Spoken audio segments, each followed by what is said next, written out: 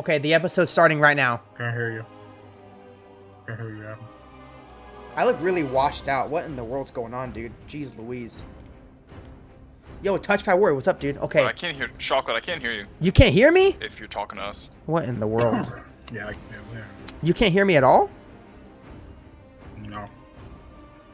Um. I hope you get. Can you hear my chewing and my chewing do that? This is bullshit. This is just not gonna work. Hold up. What do you mean you can't? Like you can't hear me at all? Like on Discord? Oh, You know what? No, I'm so stupid, dude. I have had push to talk on the entire time. Hello. Oh, he's talking to stream. I had push to talk on the entire time because I'm an idiot. Yo, that's what I did at first too. Hello? Okay, listen, chat. We're starting right now. Welcome, episode something of PUGCast. This is fucking annoying. I got it to work last time, and I haven't really tried to stream since I've been here, just because the internet is fucked up. You sound just fine, by the way. You sound fine. Yeah, you sound perfect. Don't even worry about it. Okay. Oh, let me actually, before I do this, let me mute the alert. Yo, Arum, thank you for the raid, brother. Okay, here we go, y'all. Okay, PUGCast starting right now. Hello, welcome. Your name is not Darko Orc, so let me fix that. Your name is that's Emmett. true. His name is Emmett. That is my name. Can you hear me okay? I can hear you just fine, Adam. I'm trying to figure out how to get the mic to work and not the headset mic. And it's not showing up. It's not working. Adam, you sound fine. Don't even sweat it, dude. Don't worry about it right now. Are you sure? Like, hold on. I'm gonna play the stream. Hold on. I'm so mad because you're bugging out, dude. I'm always bugging out. What am I not bugging out about? You're good, brother. You're fine. Trust me. You sound perfect. Nice. Okay. Good. Okay, boys. So I'm gonna give the introduction. Yeah. This time. Because this is like, I said this in the chat like just before we started. You know when you like introduce your high school friends to like your camp friends or your work friends? Yeah, I don't have friends, and you're having this weird clusterfuck of what's going on right now. Like two of my good friends are meeting and I want them to like each other and shit. That's what's happening right now. Emmett, I've known Emmett since the 3rd grade. And Chocolate is my WoW friend. True. And you're all my WoW friends, and this is just crazy to see the culmination, if that's the right word to use. It's like an anime crossover episode. It's exactly what it is. Yeah. Friendship edition. Well, Emmett, thank you for coming on, man. It's good to meet you again. You can call me Chocolate or John, whatever you can call me, whatever you want, dude. Yeah.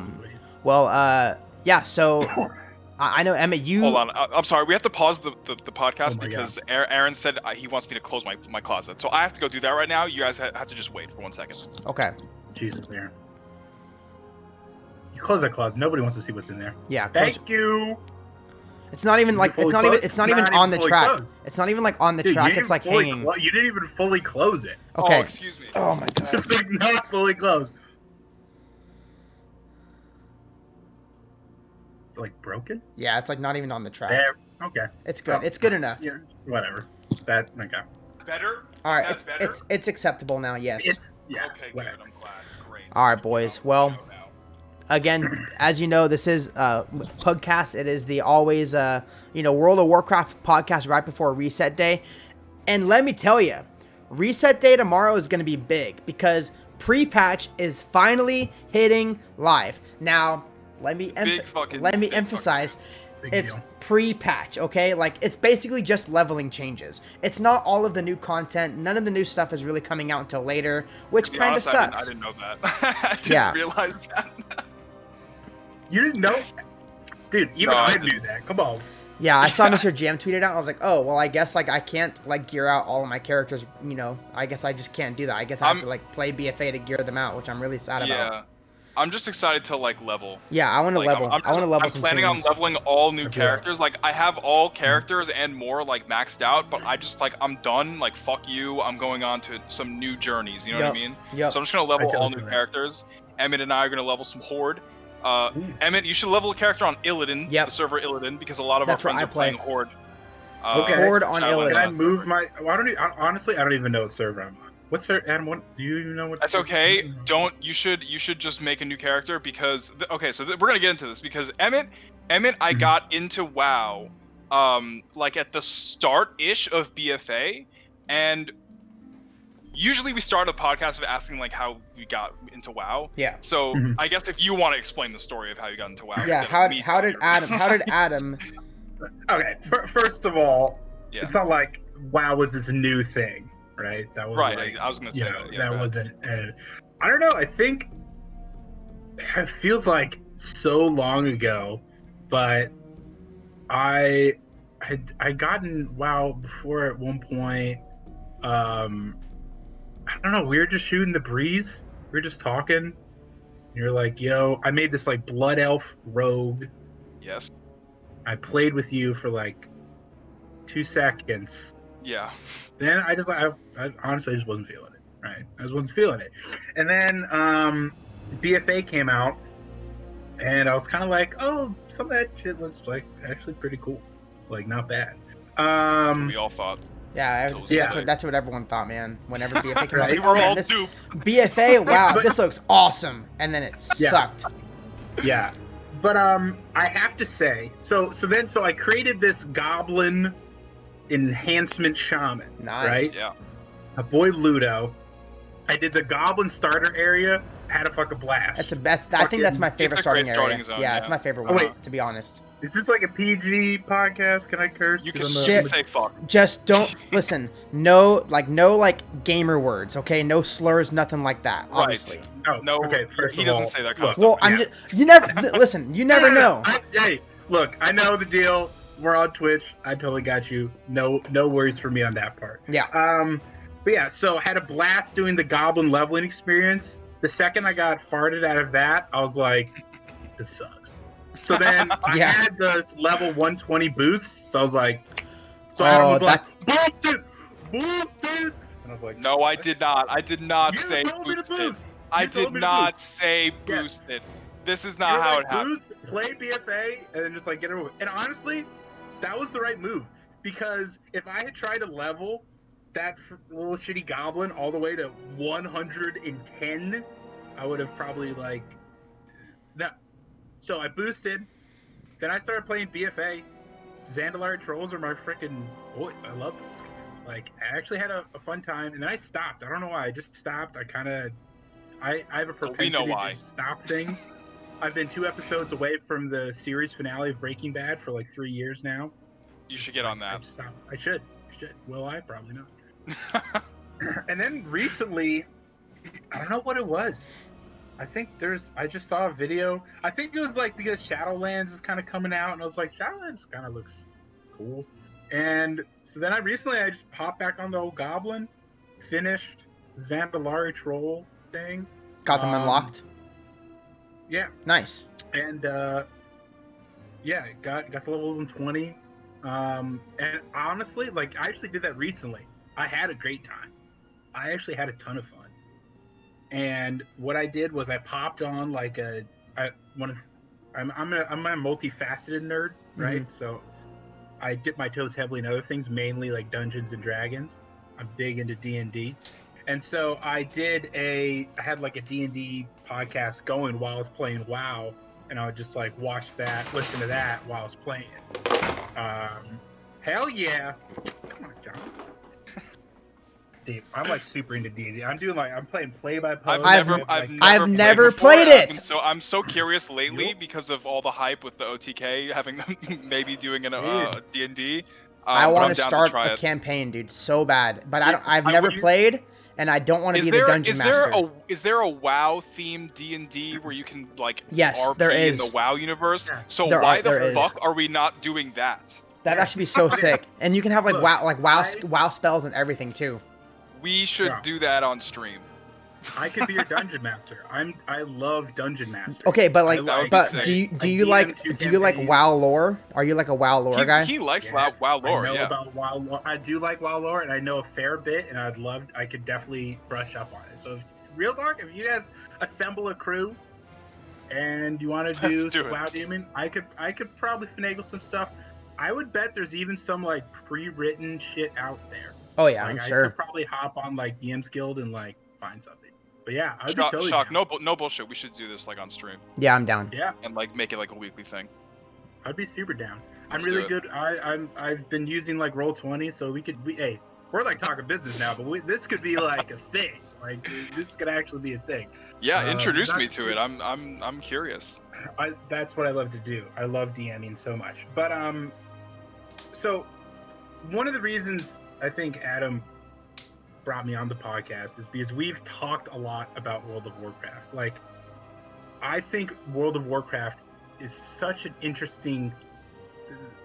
This is not going to sound rude, but kind of like a case study of a game, right? Because one thing I brought up with Adam was, if you think of any good story, movie, or even video game, it has an arc, right? Has a beginning, especially RPGs. Has a right? climax. Exactly. You have the beginning, you're fucking, bum, right? You get your gear, you power up, right? You fight the big bads, and then you save the world, you live happily ever. You save the town or what have you, right? And there's an end. But WoW is the game that has not ended. True. Yeah. Right? And so, that's why we're so OP and powerful and godlike, because there is no ending. It'll only just go up and up and up. And there's no ever going back down. And that's something that I've been waiting for a long time. But sorry, go ahead. I don't want to interrupt you. Yeah, but I think part of the problem with that is like, because you can replay games. Like, you can replay a single player game and it could be fun multiple times. And you can have games that are single player, but they have multiple, things. Outcomes right? and Multiple different ways. choices, Yeah, exactly. outcomes. And I mean, I think part of the problem with WoW, it's like, especially when it comes to this leveling thing, the beginning of the story had been neglected for like so long. Yeah. So I'm excited about this leveling switch because I think it's going to make it more. I think just as as a new player. I mean, I've been playing since 2007, but for somebody who's like a new player, for them to have like 120 levels to go through, that's a lot. It's so overwhelming. Like that's a big number, right? It's also just extremely deterring to the current player base that want to level alts. Like, nobody wants to level. Oh, yeah. I want a hunter, but 120. Yeah, Fuck that. Well, I gotta get all my looms. Fuck that. Like, it's like just there's nobody like wants to do that. the barrier to entry for like a new character, like for a new player, like you have to be like the right kind of person to get into WoW right now. Like, you have to like either really enjoy the story, or you have to like be one of those like type A people who want to complete everything and don't care how much they have to like struggle and how much it sucks. Like, they don't care about that. Like, they just want to get to the end, right? They'll just do whatever it takes. But now that cap is 50, going to be 60 in Shadowlands, that's such a smaller barrier to entry. And like, now that the leveling is even faster, like, I'm going to be leveling on a Zandalari Hunter on Wednesday during my 12-hour stream, and I plan on getting from 10 to 50 in a day. In one sitting, easily, easily within 8 hours, I can do that. I'm so happy that they got rid of like the XP buff for looms. It's just like, well, they don't need it anymore. I'm surprised. I'm honestly surprised that they still have character boosts, because you just don't need it anymore. It's useless. They already got rid of like the character customization thing, the $10 gender change from the store, because now you can do that at the barbershop, and that's really cool. Like, I like how you can just like change your character. You don't have to pay a service. Like, it's almost like Blizzard has like, they've known that they've been like nickeling and diming us since 2007, since they introduced the store, and now they're like, okay, like, people aren't buying character changes as much as they used to. Let's just include it in the game somehow. Let's give that to them, and that way they look like the hero. They already got paid, but they look like the hero. That money's in the bank. Exactly. They already cashed that check. So I'm really excited about the leveling changes. I'm really excited to play Exile's Reach. I know that like on Allied races you can't do Exile's Reach, which I wish you could. Yeah. Because you start off at level 10 or something. You start off at level 10. But I do plan on going through on Exile's Reach on like every single class, just to get all of the transmog, all of the appearances, get everything. Oh yeah. That way I can have that. I love the transmog and the gear that comes out of that zone, just because it's like we've been so used to like just over the top looking gear and just like straying away from like the original feel and aesthetic of the game. Yeah. And now that we have this new player experience, it's given them the opportunity to Fresh. like introduce less less extravagant looking transmog, like plain looking, just a but good old awesome fashioned looking axe, gear. Just a badass 2-hand axe. Like a it's not, staff is like a wooden stick. It's you not know what on I mean? Like, fire. It's fucking awesome. There's no it's all up-res. spirits or fairies swirling around it. It just will kill. Exactly. It'll just cut you in half. Yeah. That's all. That's pretty cool. So I'm really excited about Exile's Reach. So I mean, you said you started playing in Legion or BFA? BFA. BFA. I didn't play Legion, and I'm actually really excited to play Legion. Yeah, because now you can level through Legion. That is anybody that my didn't Lord, play dude. Legion, I'm so upset excited because for for me, like Legion was just my favorite expansion. And we have another friend, we have another mutual friend from high school, Aaron, and he and I have been playing World of Warcraft since like 2007 together, since Burning Crusade. Well, I started playing a little earlier than he started playing after me, and he stopped playing during WoD, and then I was just like alone the whole time. And then Garrison all alone and sad. Exactly. And then he completely missed Legion, and then now I got him back on for Classic. And I'm like, dude, like, you missed the best fucking expansion I've ever seen. I saw a tweet from Flex, FLEKS on Twitter. He was in Method, but now he's in Echo. He's like a role first raider. And he was like, okay, don't shoot the messenger, but 8 years from now, you're gonna say, I miss BFA. Shut the fuck up. No, we're not. And I was like, oh my god, dude. What's weird is like I played BFA the most out of any expansion because that's when I was streaming the most, right? So like I naturally played BFA. I mean, even though I didn't do BFA content, right? I did I ran ICC 4 times a week, and I did like other random shit in the game. I leveled up tunes, and I did like a little bit of BFA stuff, but for the most part, I just like got flying unlocked and got exalted with a couple reps, and then I was like, okay, time to farm transmog again. I beat the expansion. I did what I wanted to do. But I feel like BFA, like, it has good stuff. Like, there's good things about BFA. There's just a lot more bad stuff about BFA than there is good stuff.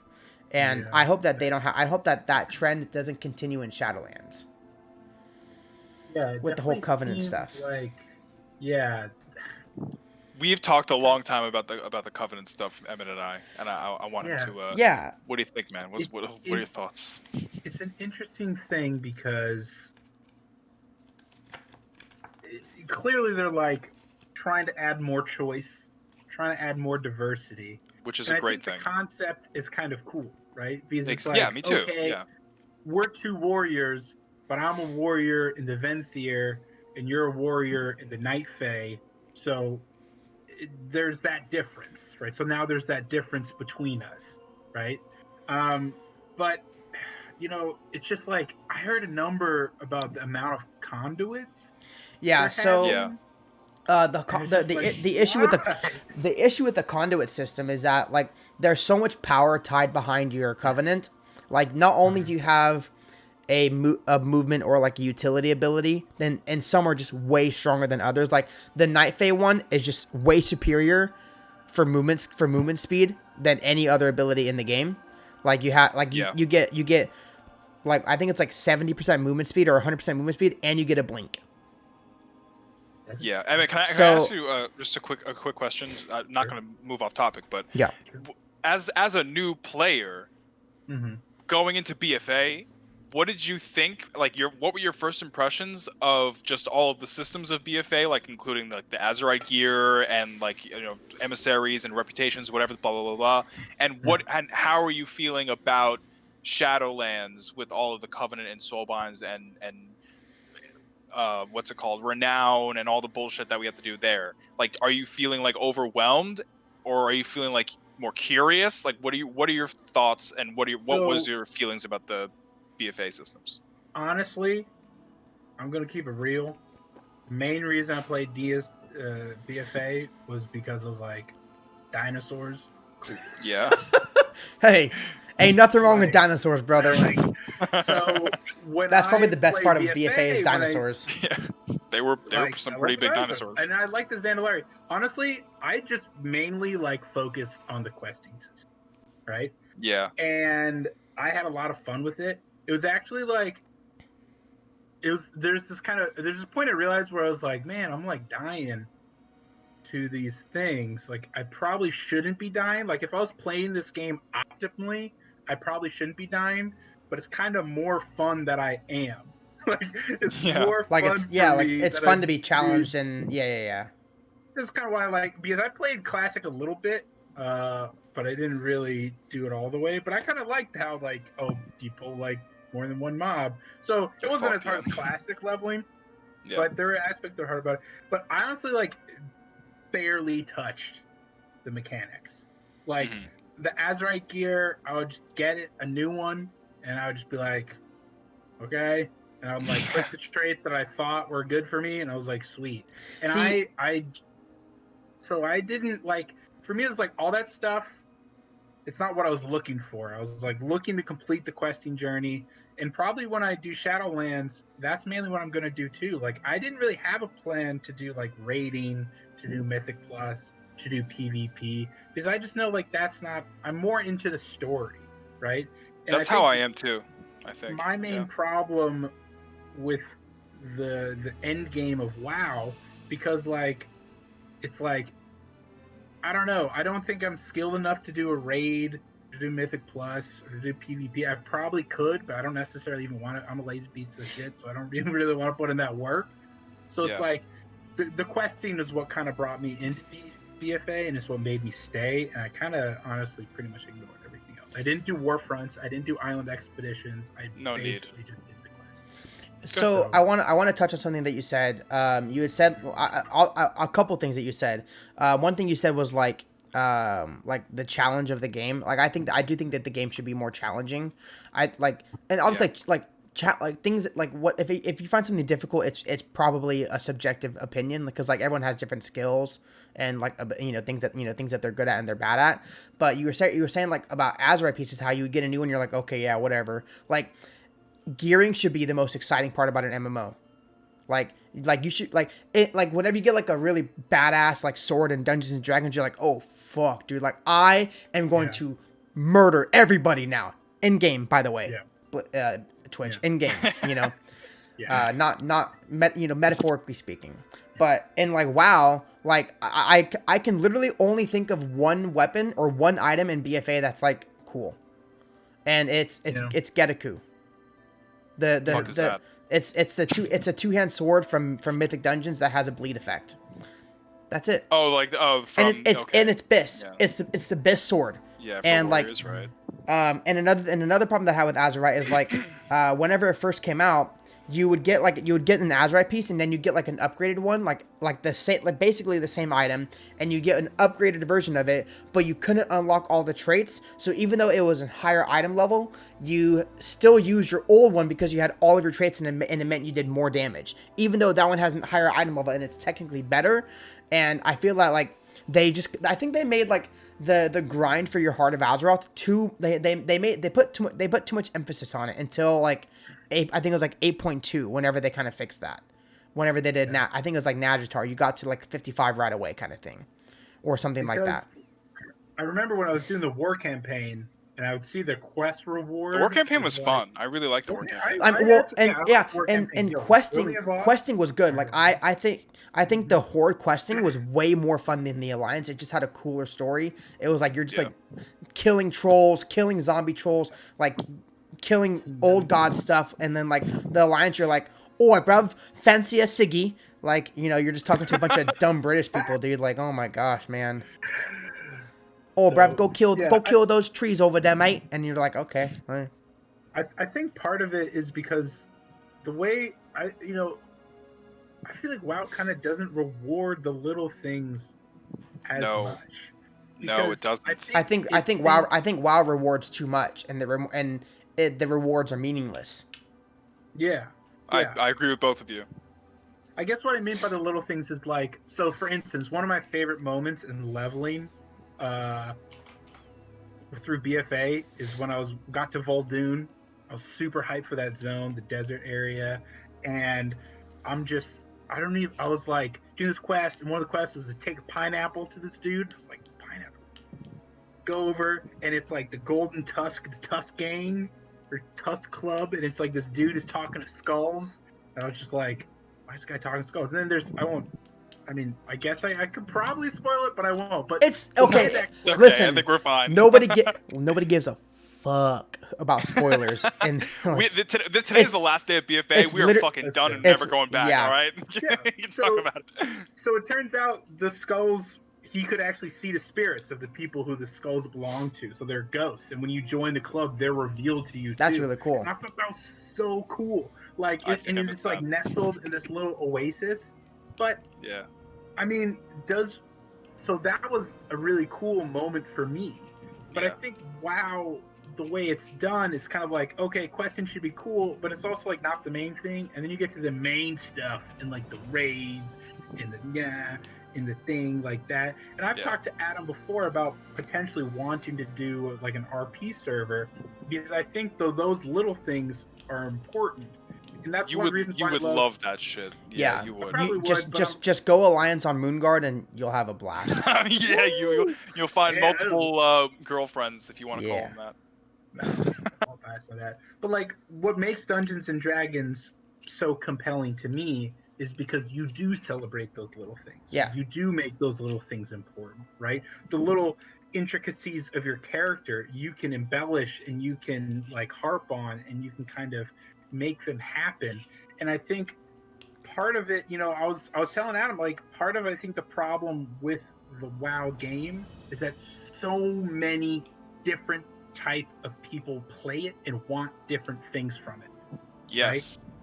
So it's like there's so many facets of the game. There's so many things you can Raiders, do. Mythic Plus. There are a PvP. There are literally people who only play WoW to collect to do pet battling. That's all they do. That's all they want to do is pet battles. Pokemon, like transmog farming. Literally, it's like, I've talked about this before, like Mr. GM had an interview with Morgan Day, the lead encounter designer, and he was getting nonstop questions from the community. They're like, oh, to ask him about high Blood elves customization. Are there going to be high elves customization? Please, motherfucker, we're talking about Torghast, we're talking about raids, we're talking about dungeons. He doesn't give a fuck about customization. People play this game just for customization, and they can give a fuck if the game is actually fun or not. Yeah. If their elves have blue eyes, then they're good. They'll just sit in Goldshire and just stand. No, there. they can't, dude. They can't sit in Goldshire because they're not. They're a horde. Yeah. They find a way. I know they do. Yeah. And it's not even casual. It's like that's not even the problem. Like, because I would consider myself a casual player. I think if you do heroic raiding, you're a casual player. Like, I feel like heroic raiding's pretty casual. You can just get a group of buddies together and just go in there and have fun, Like, I feel like once you start stepping into mythic content or like you're trying to do cutting edge or anything like that, that's when you're like, okay, you're like a hardcore player. But like me, like, I don't know, I just like to, like, right now, like, I'm not doing any raiding. I just like to farm transmog. I'm a pretty casual guy, Like, I don't really put a whole, I put a whole lot of effort into my character when I was heroic raiding because I wanted to perform well, right? I wanted to be top of the meters. But even like that, it's like, I don't really think that's too hardcore. Like, you just go for the item and you get it. I've never been hardcore like that at all. What were you trying to say before, Emmett? Sorry, I didn't mean to interrupt you. No, you didn't interrupt me. I was agreeing. I think it's just like, from a game designer's perspective, it's really difficult to design a game that way. And I think it's a problem they created for themselves, right? Because if you look, Classic is such a great example of... is that a dog or a cat? That was my dog. Okay, sweet. That's right. Classic was like pretty, it was kind of like, it had like hard rules, like classes were good at certain things, other classes weren't good at certain things. It was difficult, it was hard, right? So classes were different. Classes felt different. Yeah. Now everything there was more customization for what you can do with your class. I don't necessarily think there was more customization because you always had your cookie cutter specs. You always had the spec that was mathematically better than any other spec you could do for depending on your gear and depending on what phase you're in. Well, there'll always be like a meta. There's but always going to be the Classic, best. There was an option to do whatever choices. You wanted to do. Yeah, exactly. If you play retail, you're a fucking fire mage. Yeah. You're a fucking arc. Yeah, you can't you can't put like 20 talent points in three different trees. Yeah. What I want them to do is delete the talent system, but that's a fucking question for another time. Well, I think like what really makes me what kind of like upsets me is that we haven't gotten new talents in 2 expansions now. Yeah. True. The last talent is at 105, so we got that back in Legion. So we didn't get a new talent. We didn't get new talent row in BFA. We didn't get a new talent row in Shadowlands. We're getting 4 Covenant abilities, but you can only choose 1. So that's basically your new talent row. But I would like now that the levels are back down to 60, I would much rather see. Or I'm sorry, yeah, 110 was the last talent. Excuse me, I thought it was 105.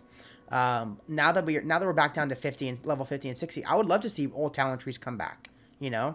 But I don't think Blizzard would do that because Blizzard. I don't know why Blizzard like hates like whenever people make a meta, because you know like, and it doesn't matter what form the talent tree is in.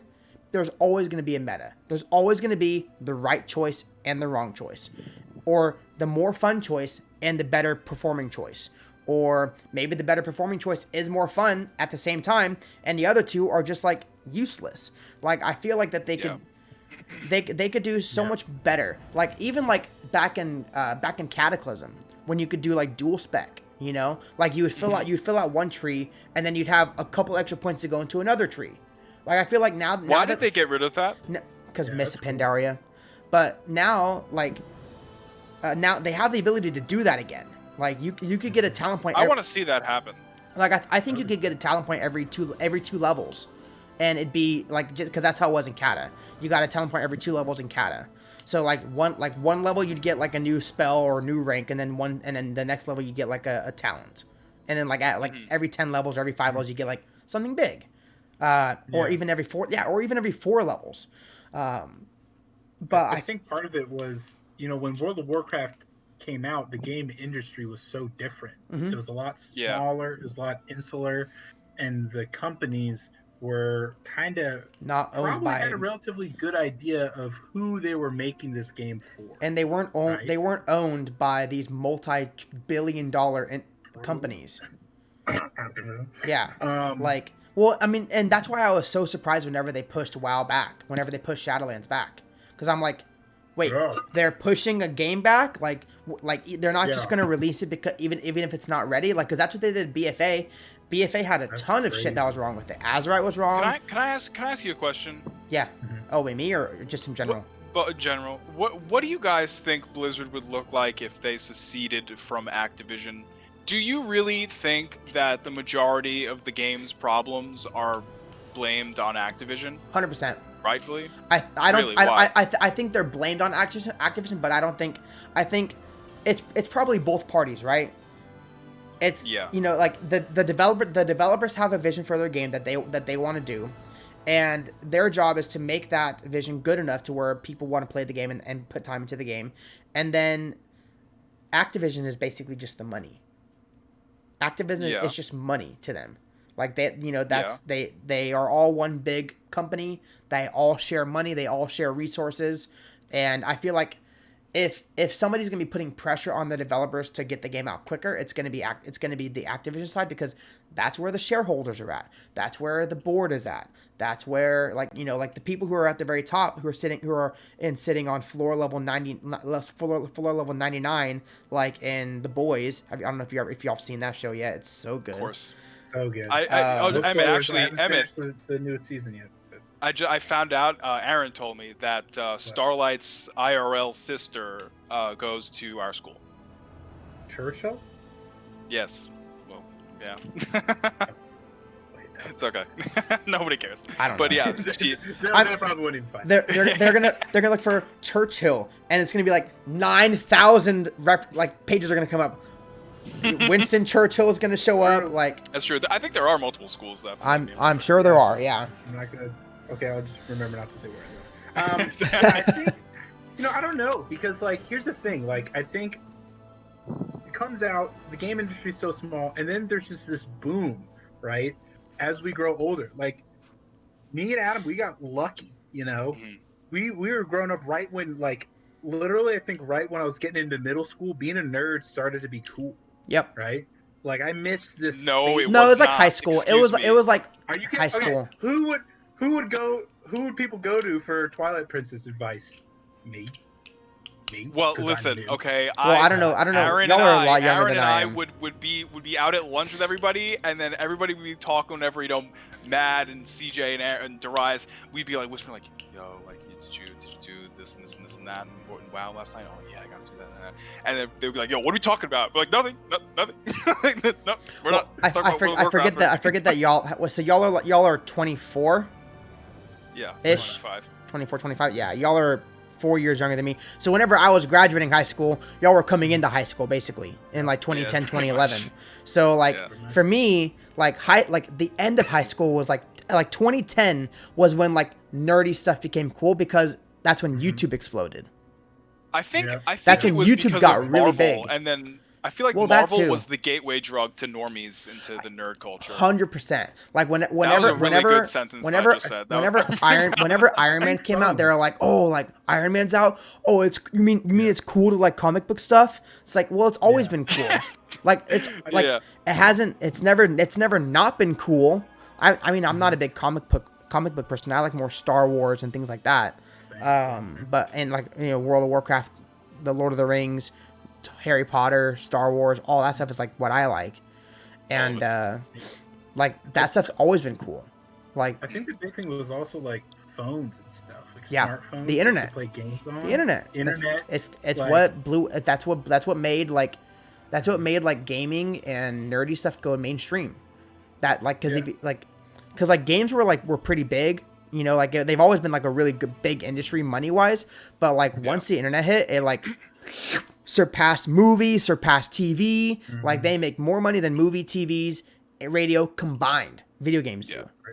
Everything. They surpass every other medium of entertainment. And people still look down on it. People still look down on like video games. They're like, oh, you're wasting your time. So then let me ask you a question. Okay. So if like nerd culture is so popular, then why is it so hard for me to find a nerd girlfriend? You just gotta go. You gotta go. What's that web? Any ladies in the chat? What's that website where you're like where you like pay for like a girl to play with you? Oh God, that. ePal. ePal, yeah. Just go to egirl.com, dude. You'll find one. Yeah, just hit up Peaches from Stay Safe Stream. yeah. Well, I don't know.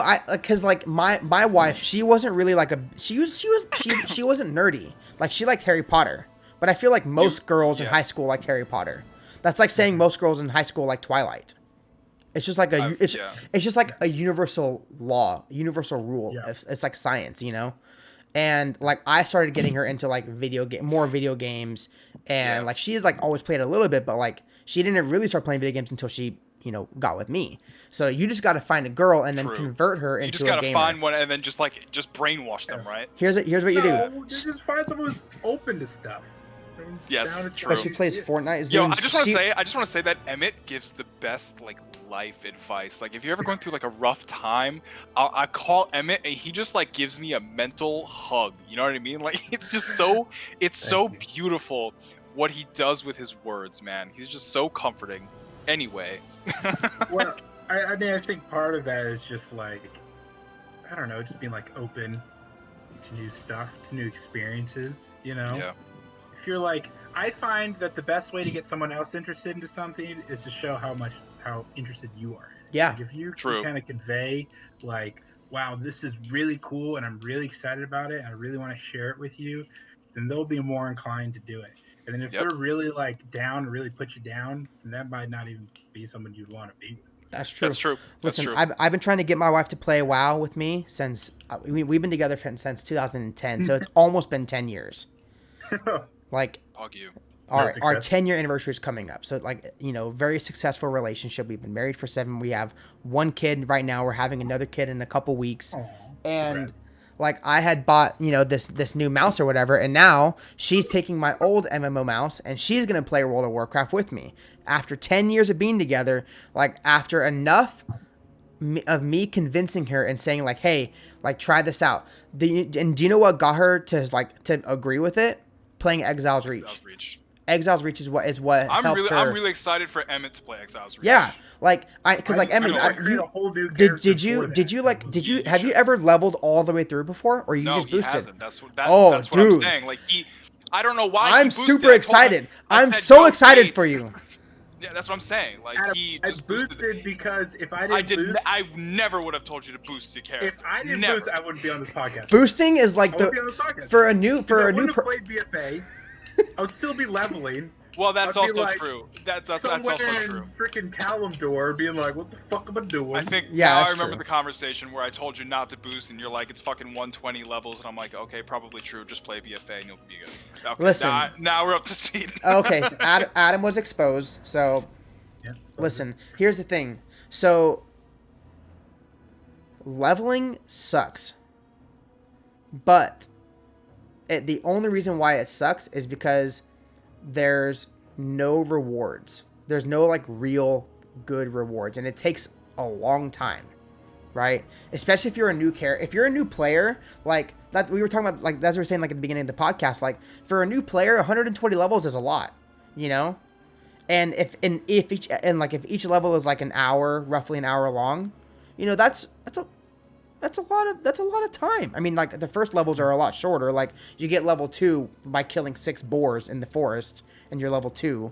But you know, like I think Blizzard taking the stance and fixing leveling and making it a lot shorter, and not only making it shorter, but making it more rewarding, giving you more spells that you unlock as you level faster, and then unpruning the classes a little bit, giving you more abilities to start from the beginning.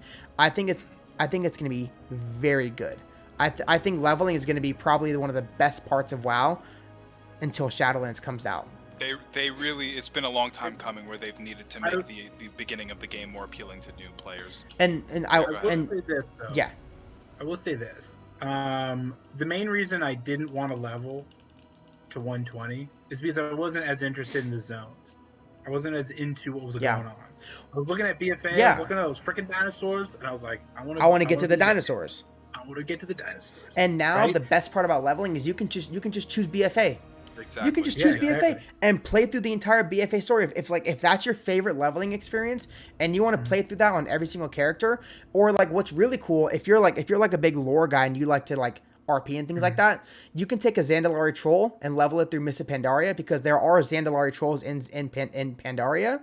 Like that's kind of like where they originate from a lot of times. Like they're in like the same like southern region, you know. So you can even do that and like see Zandalari trolls as you're leveling and kind of get like more lore, more background on like your race, and like you can connect with it that way. Or if you're doing like a Mag'har orc, level it through Warlords of Draenor. See all of the Warlords of Draenor leveling was actually really good. It's probably the best part about the game was the leveling. Honestly, I really like the story, like the BFA leveling story, like Alliance side. I'm personally like I wasn't really too much of a fan of like the dinosaurs and the troll theme and stuff. But I was more drawn to the Alliance side of like Kultiris. And like the Drustvar zone is my favorite one. Yeah, that's my favorite zone.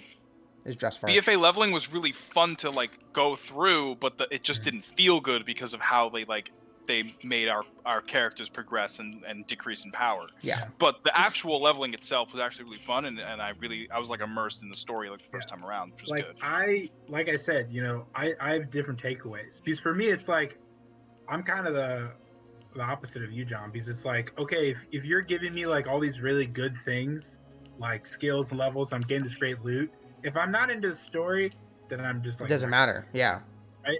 Like BFA was handing me soggy pancakes every time I did a quest that I swapped out with my soggy waffle that I had beforehand. Like I was like, okay, this one has critical strike, this one has haste. Like I don't even as a new player, you don't even fucking know, and it doesn't even matter. What does it mean? Like, what's better? I guess haste is better.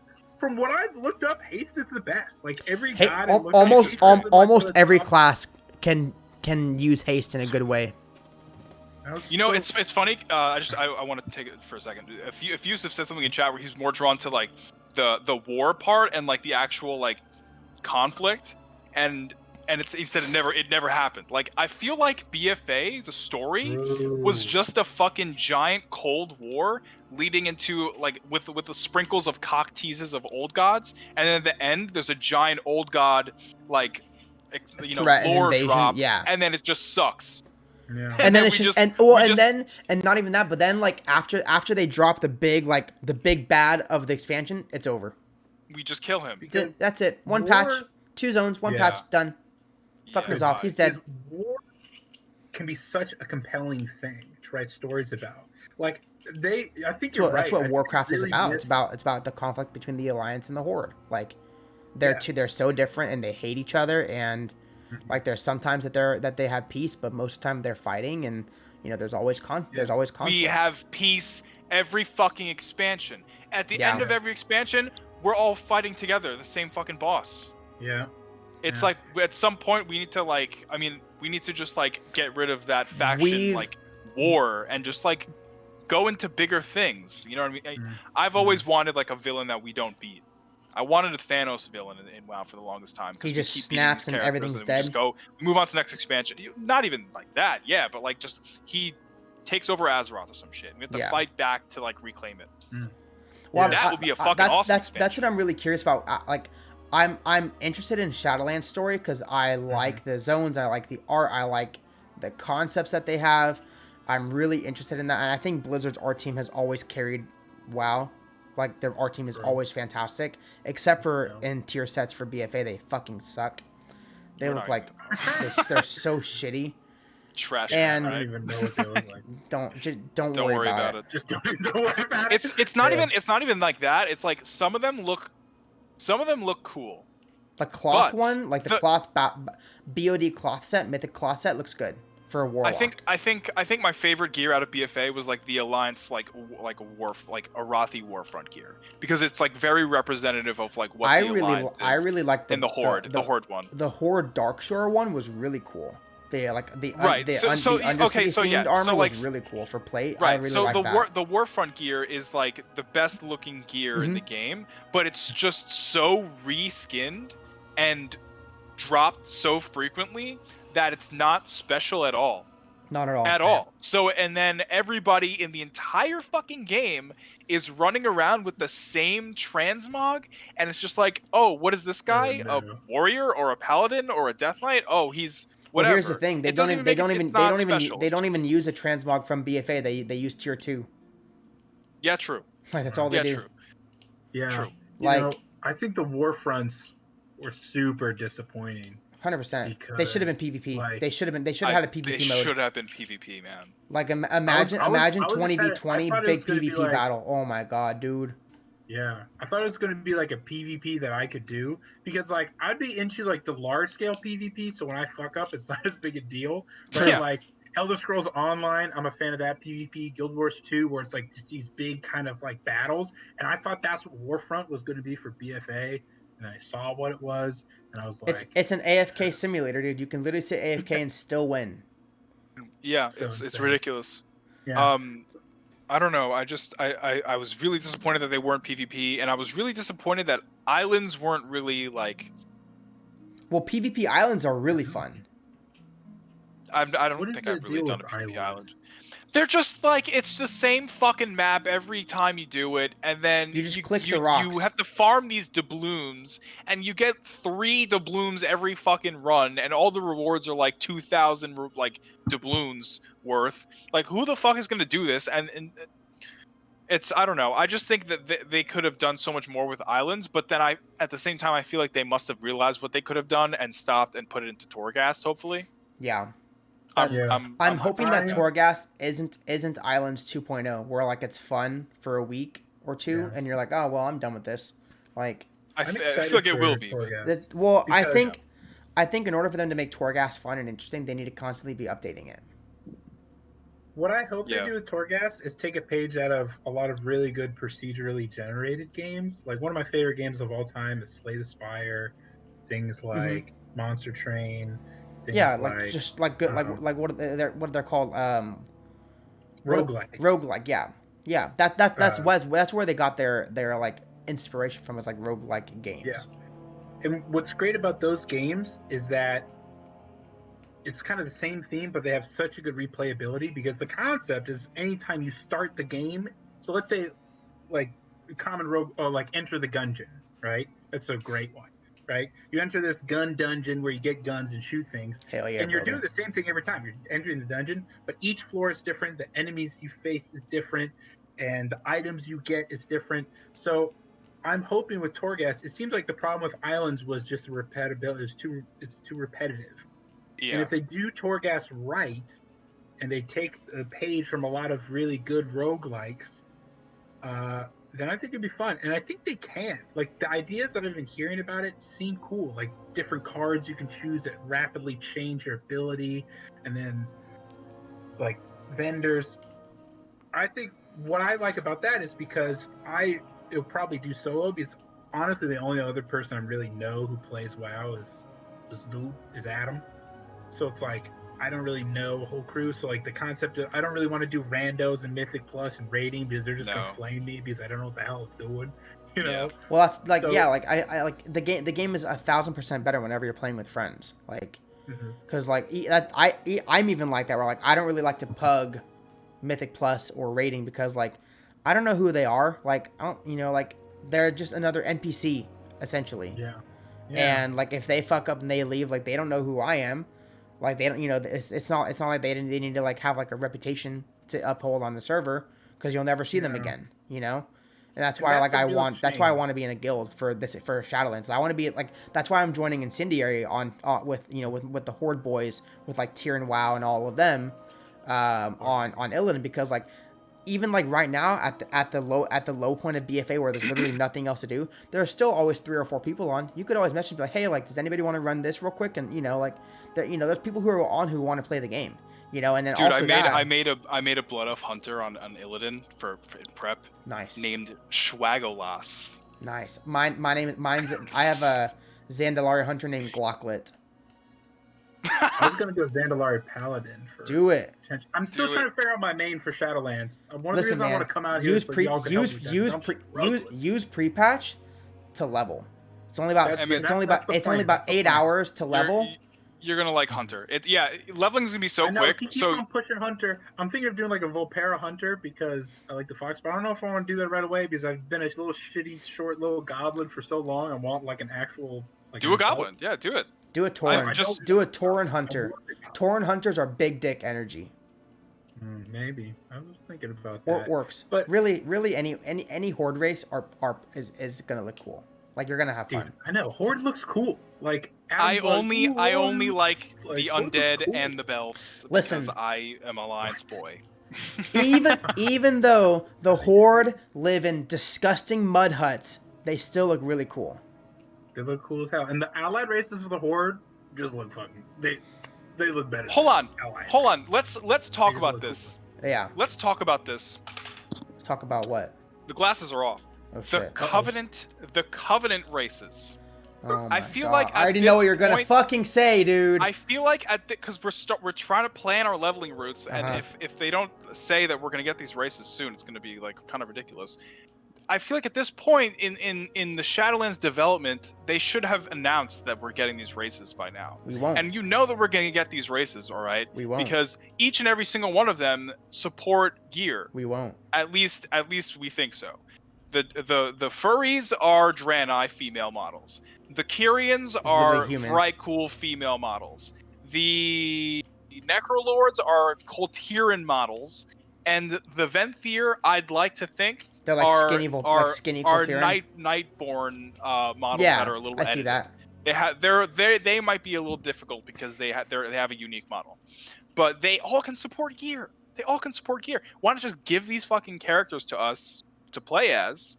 Right. Sooner rather than later. I feel like playable races, for me personally, I feel like have always been the biggest selling point of each expansion. I was like, fuck yes, dude. Cataclysm, I'm gonna play as a werewolf, dude. Goblins, forget about it. I was so hyped. I played Cataclysm and I got to 85 and I stopped playing the game for a while. Real quick, because Bow and Arrow put something in chat. I'm wondering if 10 levels is worth not choosing 9 or to start at 1. Dude, like the first 10 levels is gonna take you an hour tops. Like it's not that long. And it barely even an hour. Yeah, 43 minutes. Like just play the race that fits you the most.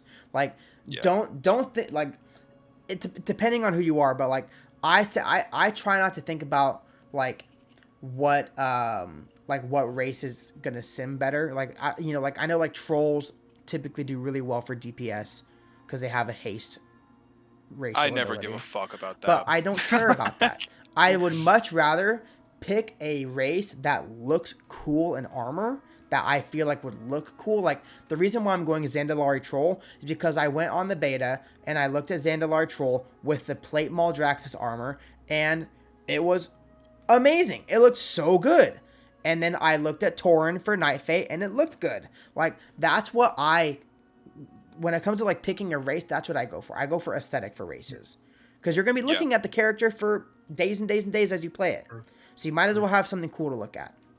Instead of, like, unless you're just looking at the meters. Unless you're just a meter maid in WoW. Yeah, I'm definitely not a meter maid. But I definitely, I have fallen in the trap of, best race class combination. He's like, I think that's good for a new player, because you should want to learn more about the game. Like that's always like a good place to start. What's the best class? What's the best race? What's the most fun? Like, getting other people's opinions is good on that kind of stuff. But I'm excited about the leveling because I feel like I can now do multiple characters and then figure out which one I like the best, and then that will be like my main. Like, that's what I was going to tell you. Paladin, Hunter. I already got this Worgen Death Knight that I'm a fan of. I was probably going to make a Draenei Warrior just so I could do Exile's Reach and then maybe see if I like that. Or I have these ideas I'm down to do. This is kind of a tangent, but one thing that I noticed that really kind of bummed me out when I was leveling was we were kind of talked about it earlier about how you want to hop in a guild to do stuff, playing with friends. And it kind of bummed me out that it just felt like whenever I saw another player, just in the world, there's a couple times where I tried to talk to them. Like, this dude had egg in his name, and I tried to make a shitty egg joke, and he was they don't care. What? Yeah. And he's like, oh, it's German for a weapon. I was like, cool. And then he just did. And that was gone. He's like, bye. It was just flies off. Fuck off. Yeah. And I just feel like, I don't know. The community has changed a lot. Yeah. And it's weird because that's not the way it is in Classic. Like, I feel like you can have a very positive interaction with a stranger in Classic. I feel like sometimes it's worse in Classic, depending on the server you're on. I think each server in Classic has its own community and its own flavor. If you're wanting the most disgusting, toxic, piece of shit community, go to Fairlina. Most of the time. If you're talking to strangers, everyone's gonna be like, fuck off. You're playing a human mage, you're an idiot. You know? True. And but if you go to Moonguard, they're like, I'm not joking. I wish I played Alliance on Moonguard from the start. Let's roll characters on because Moonguard. It's so they just have fun. They don't care. They just want to have fun, dude. Emmett, Moonguard is the RP server. It's the biggest RP server. It's so big because there's no sharding, layering, whatever you want to call it.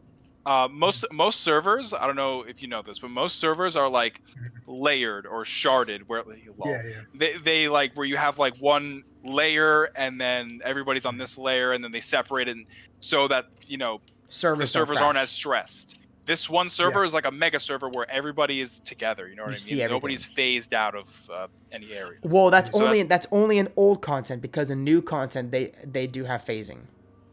Oh. Just in the old content is. Classic WoW players always help new characters if they ask. That's my personal opinion. Most of the time, yes. But, I'm not saying that, everyone who plays Classic on Fairlina is an asshole, because that's not true. I played on Fairlina for a while, and I actually had a pretty good time. But, if I compare, Classic WoW toxicity to retail WoW toxicity, they're just different. It's just a different kind of toxicity. It's in Classic WoW, everybody wants to be the quarterback, and there's only one quarterback or a couple quarterbacks, but everybody wants to be a quarterback. Everyone's trying to fit through the door to be the best, but the door is only 4 feet wide. I mean, I'm not even talking about toxicity. I'm just talking about talking. You have all these players congregated in Zandalar or Stormwind or Orgrimmar, and they're not talking to each other. Yeah, and no one talks to each other I guess anymore. that's fine. and I think that's less a knock on World of Warcraft, but like how society has evolved with its technology. Mm-hmm. Because I remember I used to play Xbox 360, Xbox Live, and I just like met people. People would Modern have the voice Warfare chats on. lobbies. Halo. And I Halo made some lobbies. friends, and I'll play custom games. I'll meet people. I used to like one of the favorite things I would do is I would go to GTA Online, and there'd be like that crazy little kid who was like saying all this like awful shit, and I talked to them.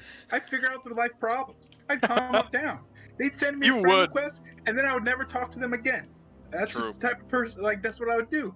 And like I just, as a society, we've gotten so inundated. I think with always be connected. This is gonna sound like we're always connected, so we're not actually connected, right? Makes like, sense. We're always, and I think that's the case with WoW. And I don't know, it's just kind of a bummer. This is like not WoW related at all, but like if you ever go to dinner with friends, put your phones in the middle of the table. And I feel like I'm like the No, only no, one no, when no. I go out to dinner and I don't look at my phone. Yeah. A lot of people like my age are just like Instagram, and I'm just like, it's literally like it's literally an addiction. Like people Yeah. are addicted. It's like smoking a cigarette. You know. the worst is Like- when your parents do it. Like, On the hey, yeah. Oh no, but I'm saying like if you go to dinner with a group of friends and everyone puts their phone in the middle of the table, and whoever is like the first person to grab their phone has to pay the bill, like you'll be there for 3 hours just talking. Easily. True. Just because you're forced to. Like you're forced to like have like a genuine connection. I feel like with World of Warcraft, like you're not forced to make those genuine connections like you were in Classic WoW. Like Classic WoW, there's no group finder, there's no raid finder, there's no systems built into the game that connected to basically random people. Like whenever they made looking for group, they like it basically killed all communication in WoW, because now you just hit a button, you teleport to the dungeon. If somebody leaves, then you're just gonna get a new person to replace them. It's not a big deal, you know. Yeah. And like if the tank leaves, okay, just wait 2 more seconds, then another tank is in queue and he's teleported to the dungeon with you, and you just finish it.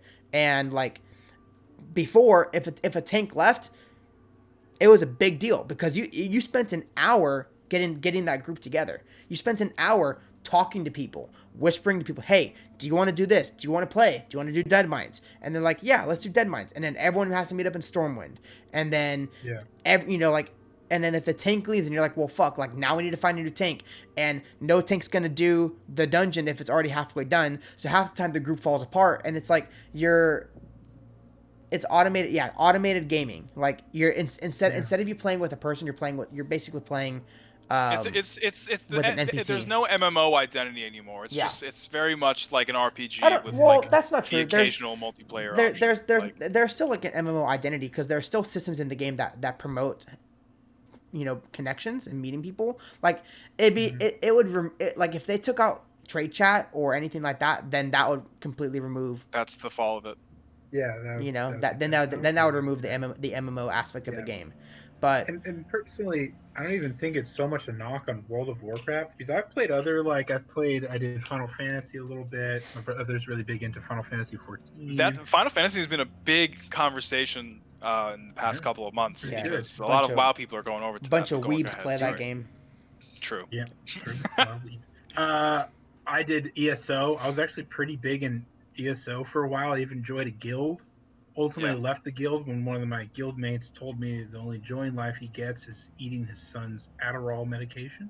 It's a little too much for me. Yikes. There's also like filling up with like a bunch of really sad middle-aged guys. That guy being kind of the main culprit, and I just didn't feel like doing it. You should have told me. I've always been on and off with the ESO.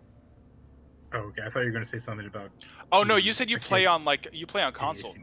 Nope. Yeah, I play on console. Yeah. But that was like, I feel like the thing in all of those MMOs too, that it was kind of like a little more difficult. Like people wouldn't really be communicating as much. And like part of the problem is like, at least with ESOs, like if I would have my mic on, most of the time it's just someone like screaming in the mic. And you're like, what? They're like, shut up. So that's literally how like society thing. Yesterday, was it yesterday they announced OTK, Adam? I was gonna say this is a good segue in the to Discord. OTK. Yeah, So Yeah. we went to like the Discord just to like, because we were like, it was me, Adam, and Jay the bar. Like I joined in really late because my dad came over and I was talking, I was talking with, we were hanging out or whatever. He lives like an hour away, so whenever he comes in town, we always hang out. But he came over, and so like I was like, Adam, I'll join the Discord like as soon as I'm done. Like just give me a second. So I joined in, and me, Adam, and Jay, and we're like, let's go check out the OTK general voice chat and see what it's like. We go there and it's like the Really? That's all I heard. It was just like sound. Like there was no audible words. It was just sound. And like people were like, I didn't hear any like gamer words, but I'm sure they were in there somewhere in the screeches. I'm sure. But now I don't know. That I just wanted to talk about that, but that's my really shitty segue to talking about OTK. Have you heard about OTK? I told him to tune in. Okay. Yep. Well, it's really cool because Adam worked on the machinima that they showed on Mizkif stream, which is really awesome. And that's what I watched. And I think, especially with like the whole like method stuff that happened, I think that a new org is like something that was good. It's something that the community needed. It's something they needed a fresh face, people that they can trust. One turn kill. No. Well, that's also true, since that's also a very good acronym for Hearthstone. But it is One True King is the name of the organization. Okay, so like. Dude, they're playing that I love. Look, okay, I didn't even play Rabbit Lich King, but I love the freaking music when you kill Arthas. Yeah, I playing that while making the video. Every time I like played it back, like just to see what I was like, I like to play back what I'm doing just to get a feel of, just to see it. Every time I was playing it back, chills, full body chills each time, and I'm like, why is this happening to me? God damn! Like every time I hear that shit, it's just like literal Craig-ass. Shadowlands, that would be. Well, so that's another conversation, but yeah, he'll probably make an appearance. So talking about OTK, right? So wait, hold on. So if Yusuf just asked me how long it took me to make that video, so Rich hit me up. Actually, the first time. Okay, so when Rich found my YouTube channel on stream many months ago, like in May. He said, I might commission Adam to do something for us. And I was like, Pog, like, fuck yeah. That was in fucking May. He hits me up on the 1st, October 1st. Like a week before they announced it.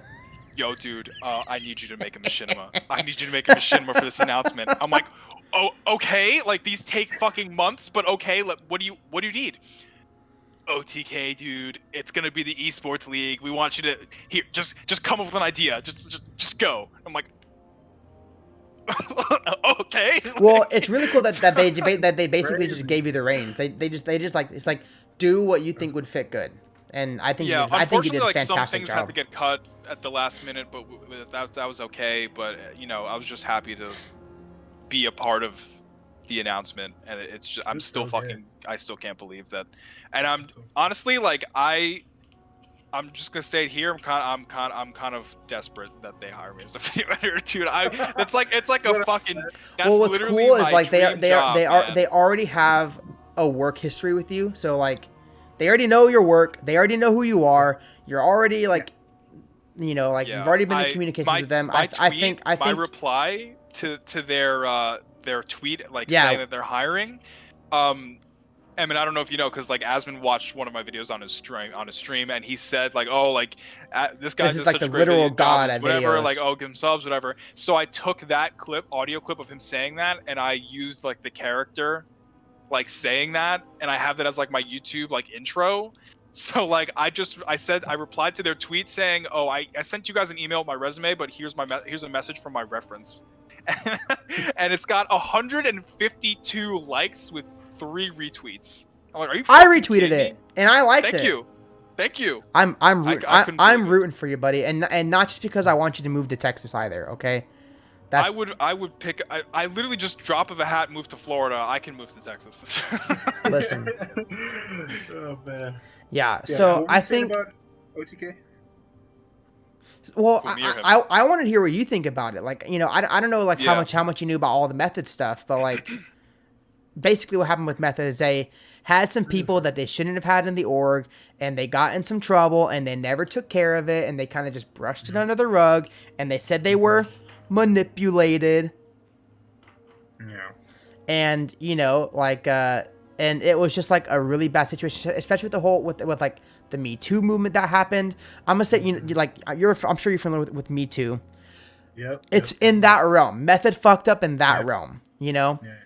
And there was some really naughty boys in Method, very naughty. No. And now they're trying to rebuild, which. I don't know if it's too late for them. It's good for them, but They're honestly, trying. They're giving a good old fashioned college try, you know. Yeah. They did that apology stream a couple weeks ago, like saying that they're gonna rebuild and everything. That chat was the most toxic chat I've and not literally only ever that, witnessed on Twitch. I remember whenever they I remember whenever it all like went down and their 24-hour stream just had a blank screen on it, and they were still getting ads, they were still, you know, ad revenue and all that shit, right? Like it just wasn't. Why did they do that? It was just like I don't know if they like were just like in shock that it came to surface, and like they were like, well, what the fuck do we do? And they're like, let's not do anything, and they just forgot to. They really should have just like hit the end stream button. That's all they really should have done. They should have just hit end stream, made a statement on Twitter. We are looking into this. This is a very serious. These are very serious allegations. We are looking into it. We're going to have our internal team handle it. And I think the best thing that OTK could do is post for an HR position. Yep. Yeah. Because that's what Method didn't have. Method didn't have what HR. Each esports league, esports. Well, yeah, league because should it's such an unorthodox business. It's not like working for an insurance company or working for like being an accountant, right? Yeah. Like there's like it's not like a business professional industry where like you have like set meetings and you have to show up in a suit and tie. Like you can just wear whatever, and like it's very casual. And I think that people take that casual mindset and they're like, oh, like this is just casual. Like, hey, we can hook up, and it's not okay. You have to be business professional. You have to be like this is a career. This is a job. Like if you want like if esports wants to get paid like the NFL or like the NBA or any other major sports league. Major sports leagues are businesses. They are businesses first, and then their teams second, right? Yeah. And so they need to treat it like that. Yeah, I think also like all these organizations think it can't happen to them, and that's what happens to them. Oh, like yeah. They think, oh, these people in these orgs wouldn't do that stuff, and they do that stuff. They took people at their word, like how you would a friend, instead of dealing with it how a business does, for sure. Yep. Yeah, exactly. They're like, oh, well, we know Josh. We know Josh, or whatever you want to call him, right? We've known him for 4 years. What do you mean? He's a good guy, you know? That's what they said. Yeah. That, you know, like I think just to give my 2 cents on just like the whole thing of OTK, like Rich asked me, he said, you know, like you've been watching us for a while and you aren't dumb. Like, what did you think the announcement would be, and were you surprised at what it is? And I said, for me, it was completely out of left field. I had no fucking clue that, you know, like there was no hints about it. Like, I would never have guessed it. And I said to him, like, this is gonna be fucking like revolutionary for like the WoW community, just because like Method was the big boy org, and they really weren't doing many community-driven things. The only thing off the top of my head that I can think of that was community-driven was our friend Dan's level 20 dueling competition that was done completely on his stream. Yeah. And that failed.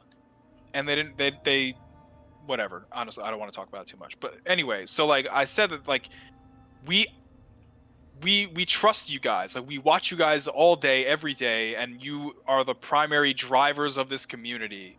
And the fact that you're creating an organization that's going to be like doing events, not just race to world first and whatever, it's going to be huge. Like method streamers, like watching the Method events, I personally never really gave a fuck about esports, but I would watch to support our friend Dan because he casted whatever.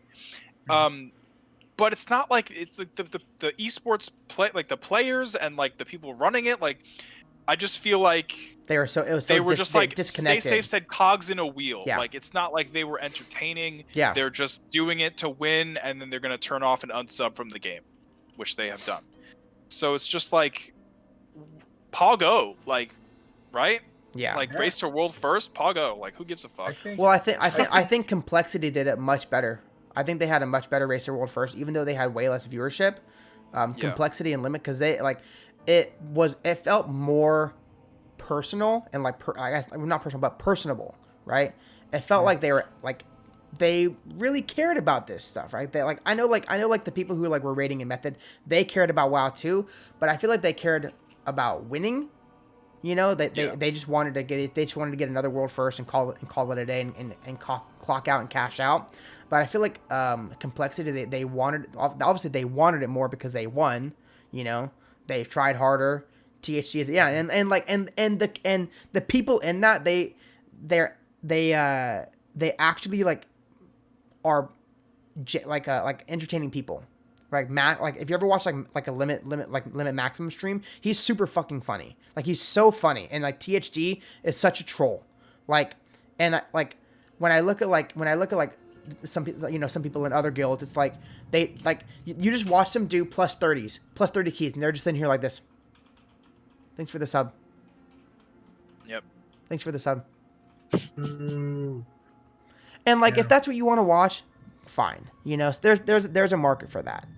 But I feel like the best WoW streamers are the ones who have the biggest personalities and the ones who do the most community-driven content. Like, whether you love or hate Asmongold, he has the best community events on Twitch. Like the transmount competition, the mount competitions, the transmount he does like and like my friends that don't even play WoW, they like, say, "Oh my god, I started watching this guy Asmongold." Like, how do you like? Yeah, exactly. Like, he's bringing in so many new players to the game, and like he's very underestimated by Blizzard. I feel like.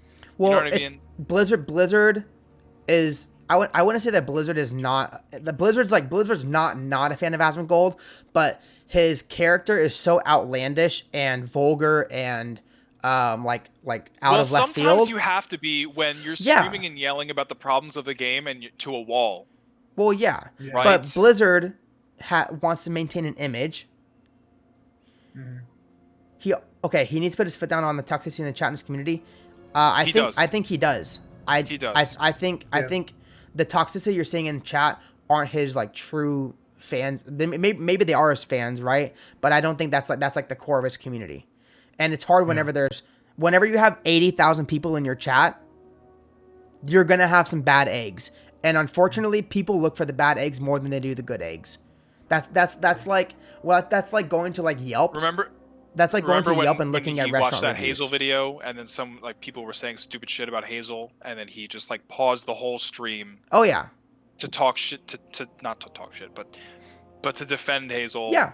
And like say that he doesn't tolerate any of that shit in his chat, and to ban them all. Yeah. So he does when he sees it. Yeah. The chat goes by extremely 1,000 miles a minute. He does have god tier mods, Tyrion, and others that do a lot of behind the scenes work when it comes to that stuff that 100%. You guys don't even know. Like, they go through and they look at logs.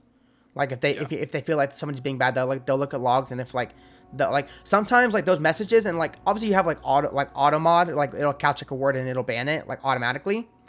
But you got to think too, like the more like outlandish your stream persona is, like the more outlandish you are, the more the more like you like out. Like, you know, lash out and like not lash out. That's probably not the right word, but I think you know what I'm trying to say. Like, you respond. Yeah, the more outlandish you are, the more outlandish your chat's gonna be, right? Yeah. And the more Yeah. calm you are, the more calm your chat's going to be. And it's hard to find that line. And once you grow something and it's supposed to be one way, and then you completely change it, like all those people who follow Asmund because he's so like crazy and he has like these crazy outbursts and he like slams his head on the desk and like, you know, like all of the crazy shit that he does, people follow him because of those reasons. And then like if he just stopped doing that and he became like a Mythic Plus 30 streamer where he's like, Yeah. no one will watch. Yeah, who's gonna watch that? Like who wants to watch, you know, like Asmund was, he's constantly working to make his community less toxic. And I feel that, like I was saying earlier, it's easier to spot the bad eggs than it is the good eggs. It's easier to find it's easier to notice the crack egg in a dozen than it is, you know, like that's what you're looking for. You're looking for the bad egg. So Yeah. I feel like people are like, I feel like OTK is going to have a problem with some of that stuff, right? Because you're going to like, I feel so bad for whoever is going through the OTK career email right now, whether it's tips out or like, I don't know, like, I don't know like how many people they already have on board on staff. I'm assuming they have some people already, right? I'm sure they have some other really trusted mods on staff already.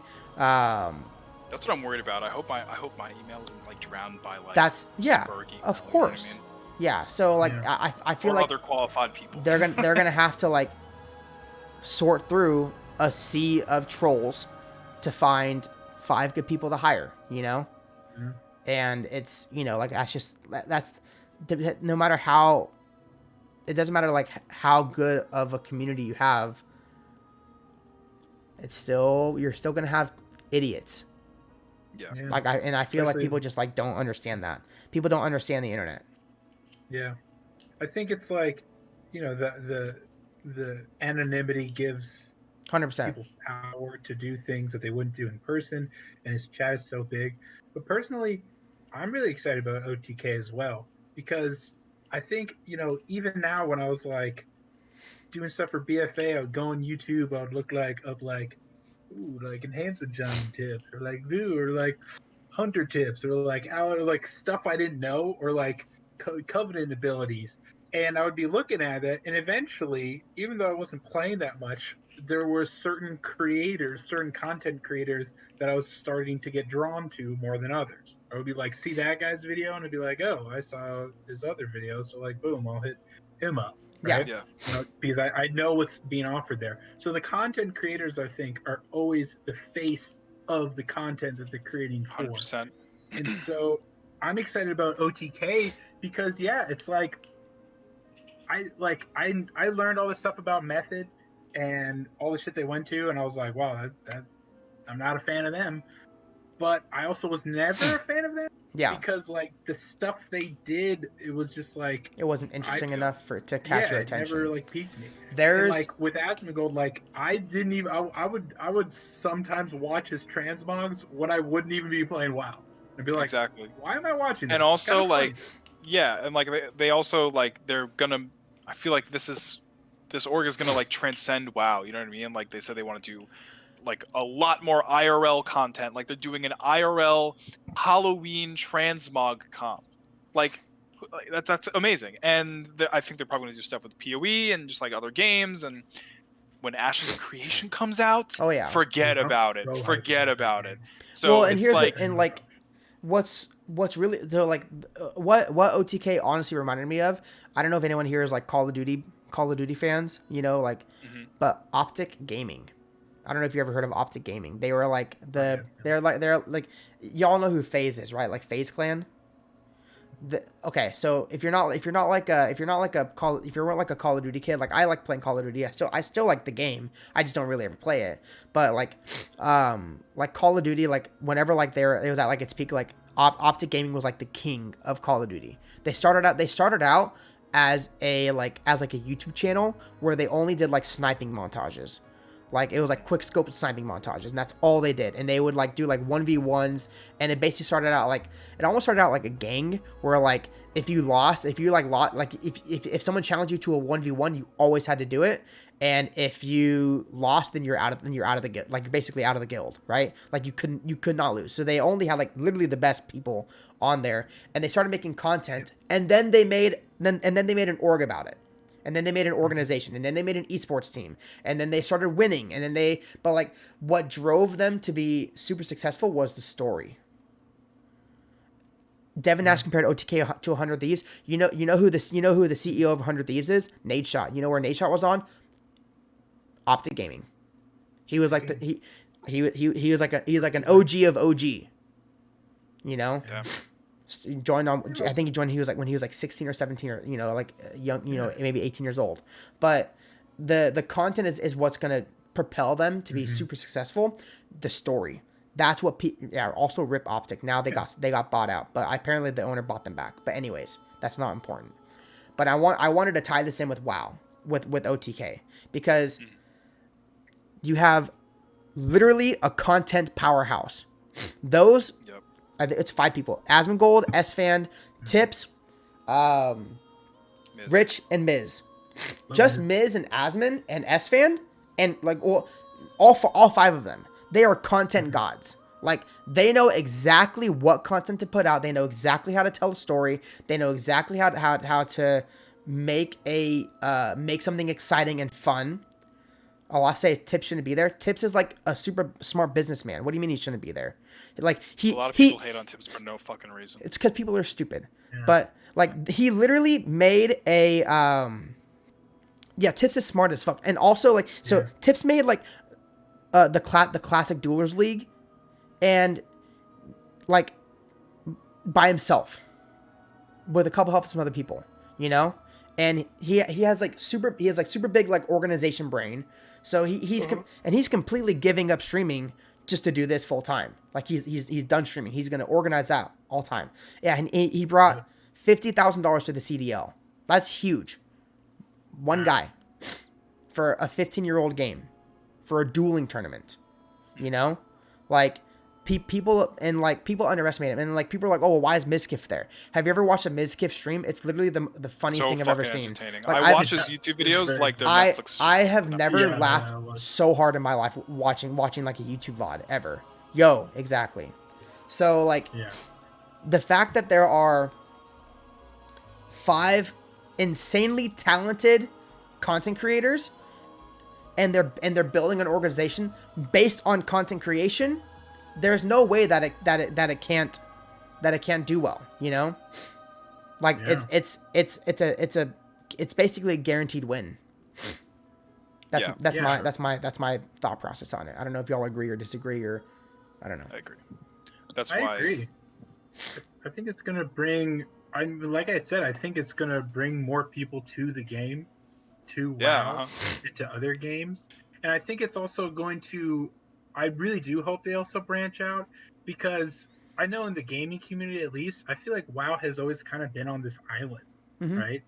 It's like, and I would say this of a lot of MMORPGs, but I think WoW is the flagship of it, where it's like, it's just a whole different, it's kind of like this whole different thing.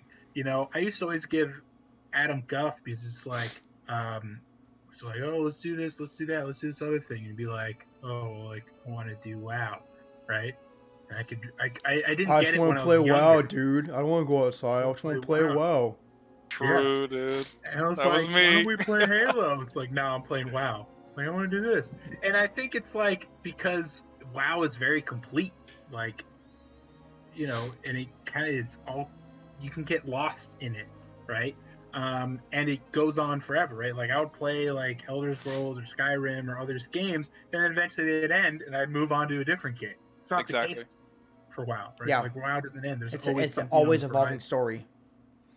And I think that's really cool, but I think because of that, it's kind of separated. I mean, WoW was doing ongoing service before ongoing service like became kind of the standard in the game industry. 100%. You know? And like, so now that's kind of more accepted. Like, look at games like Destiny. Look at games like I love Destiny. you know, I mean, some of them aren't doing very good.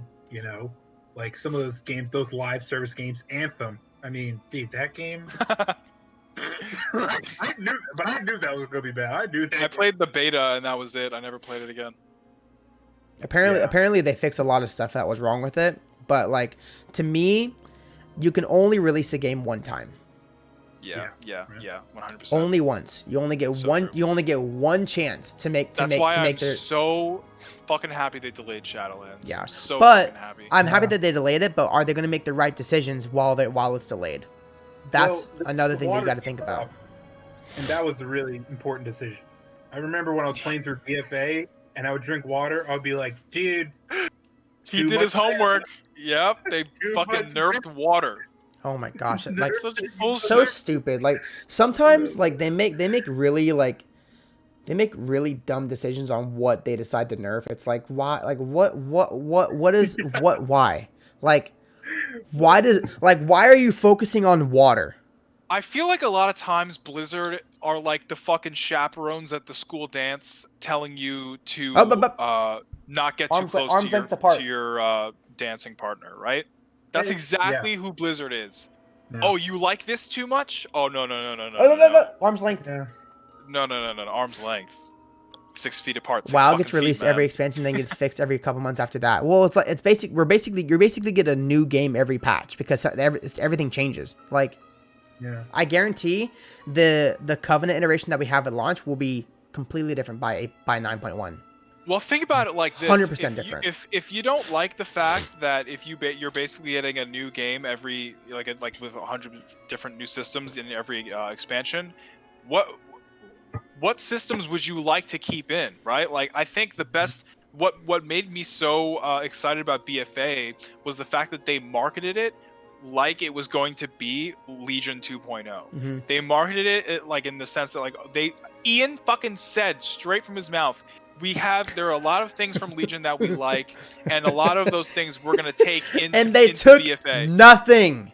They took artifact power. Ian, if you ever see this, I'm sorry. I hope you remember me from BlizzCon, but that's just what you said. That's what you said. It's just like, why? And we say this almost every single episode. Blizzard is really good about reinventing the wheel every 2 years. They create a system, then they scrap it. I'm down. And then they make a new system. Don't scrap so much. Don't scrap something that's good. Also, the Mage Tower from Legion. Borrowed power. Blizzard, I think Ian made a statement about borrowed power, where they don't like it anymore. They don't like the borrowed power systems where you get a new power from the expansion, and then once the expansion's over, the power is gone. Because we've had that it started in Legion, right? That's when we first really started getting borrowed power. Like legendaries have if you think about it, borrowed power can be boiled down to gear. Because you're gonna replace the gear eventually.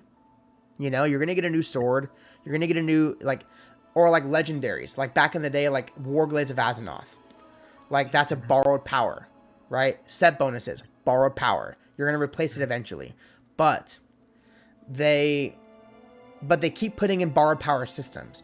And the thing with Legion is you got borrowed power from your artifacts, and I really liked the artifact system. I thought it was very good. Had some issues, but overall, from start to finish of the expansion, fantastic.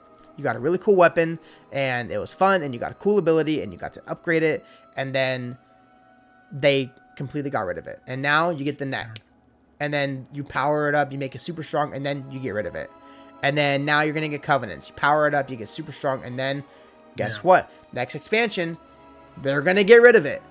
I will almost put money down that the expansion after Shadowlands, you will not be able to use your Covenant ability.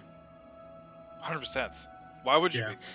Because I think part of the problem is when you have a game that doesn't end, you can't plan for the end, right? You can't plan too far ahead. So when they came up with these borrowed power systems, they're like, this is not a great idea. Let's do it. And the expansion's ending. They're like, oh, shit. Well, they basically work on to do stuff. They work on up to 3 expansions at a time, right? So when like Shadowlands is going to be released, they're already working on expansion after Shadowlands and the story of the expansion after that. Like they're thinking 4 years ahead. But they also think, like, if you think about it, so does Call of Duty. Like, Call of Duty has 3 developers. So they have Treyarch, and 2 other ones. I don't know. Treyarch typically makes the best versions of it. Like, Treyarch made Black Ops 2, which is, like, one of the best Call of Duties ever. And Black Ops 3 was really good, too. But they have 3 different developers, and every year they make a new Call of Duty. So if one Call of Duty does really bad, the next developer is already 2 years into that development cycle, where they've already basically solidified the game, and now they just have to polish it for a year. So that's why whenever like they had like the jetpacks in the game, and everyone was pissed off about that, and literally the next Call of Duty came out and it had jetpacks, like they're like, what the fuck? You don't listen? Like wait, like, but they don't think about that they've been making it for 3 years already, or 2 years already. Like they've been working on the game well before this game was like the game that they are currently playing is even out. So that's I think that's what WoW's problem is too, is that they work so far ahead, and they kind of have to, because like when you're making an MMO, how many hours is it taking? It takes hundreds, maybe even hundreds of thousands of hours, to do. I feel like that's what happened in BFA more so, just because like I feel like they recognize that it's the worst fucking expansion in their entire existence in their history, and they realize, okay, maybe we should just stop doing anything here and put full focus into Shadowlands. Yeah, that's basically what they did with WoD going into Legion. Yeah, thank God, because Legion was perfect. So that just made me even more hopeful for Shadowlands because of that fact. So, but I don't know. I think this is probably hypothetical. So I think overall Shadowlands will be good. I think it'll be a good expansion. I don't think it'll be game breaking. I don't think it'll be. I'm going into it like as. Go ahead. I don't think it'll be better than Legion. Yeah. Nothing will be better. But I mean, I think it'll be as good as Mists of Pandaria, which is a pretty good expansion. Mists of Pandaria was pretty fun. Yeah. I loved Mists of Pandaria just because of the Timeless Isle and the memories that I had with our friend Aaron and his brother, and it's just great times. The dailies were worth doing, and unique rewards were in the game, and not everything was fucking the same. Yeah. So he was good. I think that's. Oh, I'm sorry. You're gonna say? I was just gonna say, like, when I think of like World of Warcraft and the hype, I think they have a similar problem to a lot of AAA games, where the boats. If you look at indie game, it's usually like a small team. They have a clear vision, shorter, boom. But when you get games that are bigger and bigger in scale, more and more money, more and more people working on it, it's like the difference between a speedboat and a barge. Like, the ability of the barge to turn, to adapt, to change is so much slower than the speedboat. You have so much more red tape. You have like bureaucratic red tape you got to go through. It's like, Azerite don't look like the move. And they're like, well, too late. We're already too late in the cycle. We've got to put it out. We'll fix it later. Yeah. And then they don't, because there's too much things. So it's interesting about the whole 3 planning thing with the Shadowlands and the Covenants, is it kind of makes a lot more sense of like how they're having a hard time to retract things. So, and it's just like, I think in general the gaming community has kind of deviated from what the public want, because there's so much money. It's like, it's less about coming up with this great vision and like more about like the cost effectiveness. I mean, Shadowlands is going to have like that one, like the followers, where it's like the team fight tactics that's been in the game since WoD, though. Yeah, the mission table. Yeah. That's nothing new. They're just tables is changing. They're just polishing the turd one more time. Yeah. So it's just like, I mean, also, it's an interesting idea. If Activision had never bought Blizzard, would things be different? I don't know. Because in order for Blizzard to make it, to adapt to the game industry that has changed, they might have to done something. Maybe they would have done it different. Maybe they would have done it better. But they would have had to make things more general. They would have had to attempt to at least make WoW more susceptible to this influx of all these new people who had different ideas of the game. And now there's this real disconnect. It's not just in WoW. It's within a lot of games. EA, Ubisoft, a lot of these AAA games, between what the customers want and what the game company gives them. And well, just kind of like no, go ahead. Piggybacking off what you're saying, look at like the games that have been announced this year for 2020, and the top 2 games are Among Us and Fall Guys. Both very cheap. Like they're very in, like, and people think like, oh, like Fall Guys is like a brand new game. It's been out for 2 years. Like that game's not new. It just blew up out of nowhere. Really? Because streamers. Yeah, it's been out for a while. Damn, I don't know. And like Fall Guys is brand new. Like, but like that's like you know, like Fall Guys. Yeah, Among Us is not new. Fall Guys is. But if like just like people don't care about the bells and whistles as long as the game is fun. Like as long as the game mechanic is and rewarding. Fun. Yeah, fun and rewarding. You know? And like WoW is not rewarding. I think it's fun, but like fun, you know, fun is subjective, right? But I've actually never played Among Us yet. I didn't get it. If you guys want to, I tried it. I don't know. It's fun. I've tried it. I mean, I was literally just playing it before. I played with Nicholas and a couple other streamers, and I just didn't really like know. I mean, I knew Nicholas, but I didn't really know anybody else. So I didn't. I was like, I guess I was a little shy boy. I was just a little shy guy. Yeah. And you know, I was just. That's how I feel like I would be too. I felt like I couldn't like be like myself. Because I you know, like if I feel like if I like play with like Maximos, Nicholas, Effusive, Adam, like I felt like if I play with like the boys, we'd be like screaming at each other, saying that we hate each other, and then like, you know, like I don't know. I feel like if you play with your friends, it's probably a lot more fun.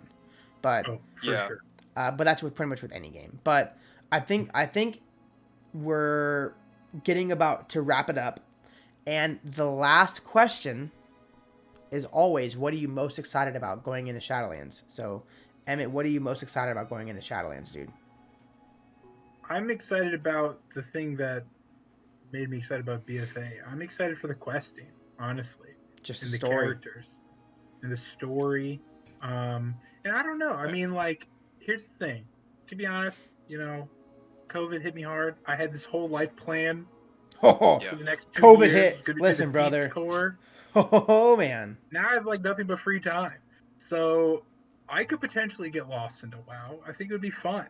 I think there's a lot of really cool people, and I definitely would consider myself a new player and an experienced player, but so that's why I'm kind of interested in the story. That's what I'm excited about. But if the mechanics work, if Torghast is a lot of fun, I'm pumped for that. If I can get to know more people in the community, I could see myself raiding. I could see myself doing Mythic Plus. Raiding's fun, man. Doing all those things.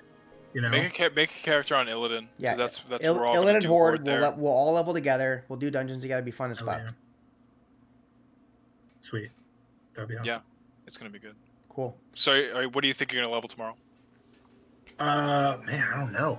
I'm thinking of maybe doing. I want to do Exile's Reach, but all the characters I was thinking I was doing were allied races or something like that, so they would skip it. But I don't know. Like, since you're like not really a new player, I would say do Exile's Reach.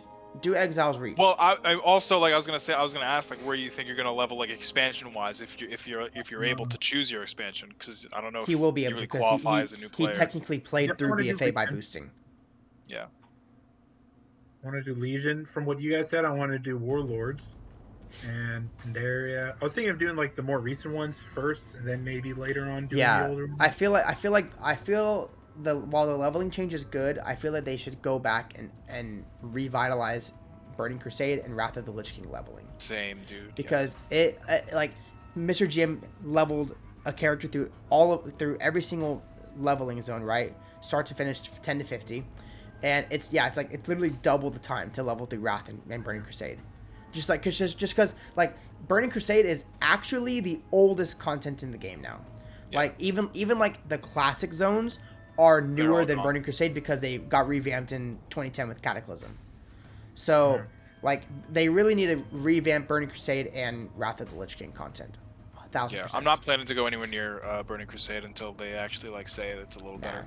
I've done it already. You know, like I don't have like a calling to go do Burning Crusade. I'd rather level quickly. I just want to get to max level and play. But then again, I've been playing for 14 years, so it's a little different. Excited for the Handsman Sean changes. Yeah. Excited to level stuff. I don't know. Yeah. Hell yeah, dude. I'm excited for you to experience, everything. Yeah, like I think it'll be fun, dude. Like, also, boys, if anybody does not have me on BattleNet already, there's my BattleNet tag in the chat. And if you want to, add me on BattleNet, we can play together. We can do dungeons together. I'm gonna be leveling a bunch of alts in starting tomorrow. I think servers go up at 5 p.m. 5 p.m. Central Time, 6 p.m. Eastern for you Florida and East Coast boys over there.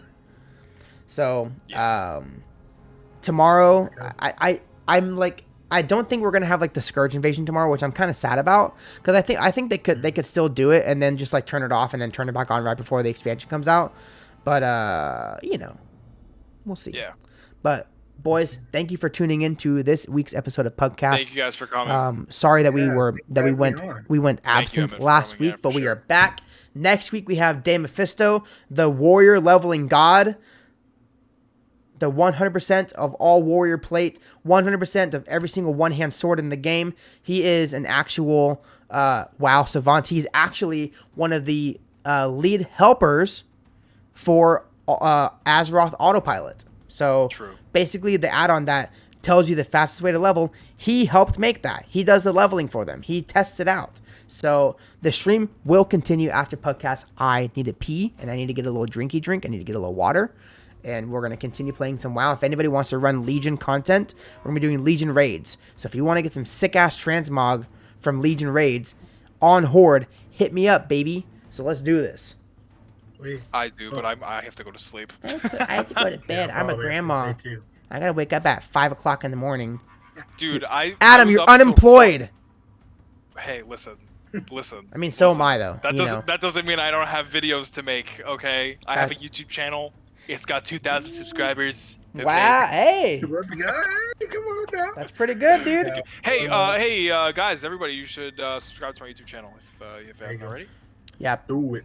Also, subscribe to the PUGCast YouTube channel. That obviously, yeah, here all of it. I got it in there already. Okay, cool, perfect. So yeah, guys, follow everybody. Is Adam unemployed? Yes. Not for long, OTK. Yeah, true. Also, I may not be. We'll I may have to update my unemployed email very soon, depending on. I did a little interview today with the company, so I hope that I get it because I need a job, but at the same time I hope I get like a better job. yeah, I know that feel. Cause like listen, all right, we're gonna continue this, but I'm turning off the recording. Thank you for tuning into the show. I love you. Okay, bye.